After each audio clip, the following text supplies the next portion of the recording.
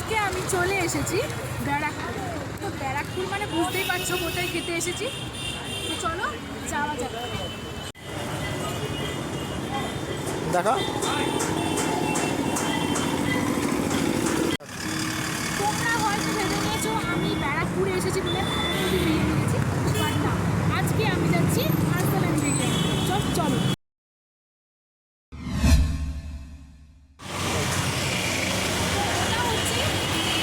Cinema হলের পাশেই Arsenal biryani পাশে আমরা যাচ্ছি, ওখানে আমরা ভিতরে বসে খেতে পারবো। এটা দিয়েই তো মনে রাখো এটা।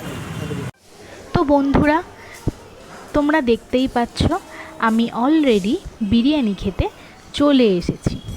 খুবই সুন্দর জায়গাটা, আমি তোমাদের একটুখানি অ্যাম্বিয়েন্সটা দেখিয়ে দিচ্ছি, তো তোমরা দেখে নাও। গাইস, আমার বিরিয়ানির প্লেটটা কিন্তু চলে এসেছে। বিরিয়ানির কোয়ান্টিটিটা তোমরা দেখতেই পাচ্ছ, আর মাটনটা এত গরম ছিল আর এত সফট ছিল না, তোমাদের আমি বলে বোঝাতে পারবো না। কিন্তু ভীষণই গরম ছিল।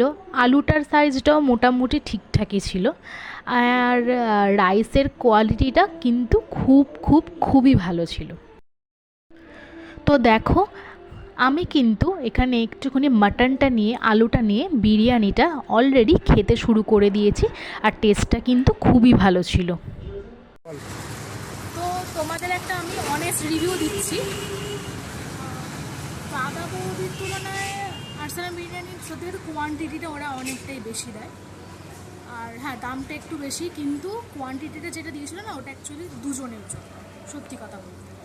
আর টেস্টের দিক দিয়ে ওদের বিরিয়ানিতে আতরের স্মেলটা বড্ড বেশি আসছিলো। মাটনটা যেমন হয় অ্যাজ ইউজুয়াল একদম নরম, একদম যেমন খুলে পড়ে যায় ওরকমই হচ্ছিলো। কিন্তু আমার যেটা মনে হলো, টেস্টের দিক বলো, সব কিছুর দিক দিয়ে দাদা বৌদি বেস্ট।